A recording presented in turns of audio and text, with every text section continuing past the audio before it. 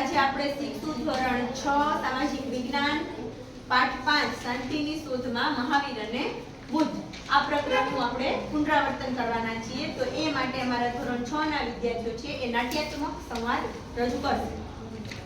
હું સિદ્ધાર્થ છું. મને રાજમહેલના વૈભવમાં શાંતિ માટે નથી આવ્યા. મારે દુઃખનું કારણ જાણવું છે.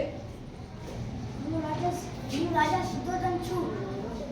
બેટા સિદ્ધાર્થ, તારી પાસે બધું જ છે. તું રાજ્ય છોડીને ન જશે. હું રાણી ગૌતમી છું. બેટા, તારા લગ્ન યશોધરા સાથે થયા છે. તારો પુત્ર રાહુલ છે. તું અમને છોડીને ક્યાં જઈશ? હું સારથીજન છું. જુઓ કુમાર, આ સંસારમાં રોગ, ઘટપણ અને મૃત્યુ અટલ છે. કોઈ બચી શકતું નથી. હું સત્યથી પૂછું. સાથી સાથે તો સંસારના ત્યાગ અને સત્યની શોધમાં જ છે.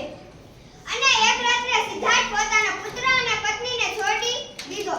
તેનો ગૃહત્યાગ કર્યો. હું સાધક બુદ્ધ છું. બોધિ ગયા અને પીપળાના વૃક્ષ નીચે મેં કઠોર જ્ઞાન પ્રાપ્ત કર્યું. હું જ્ઞાની છું.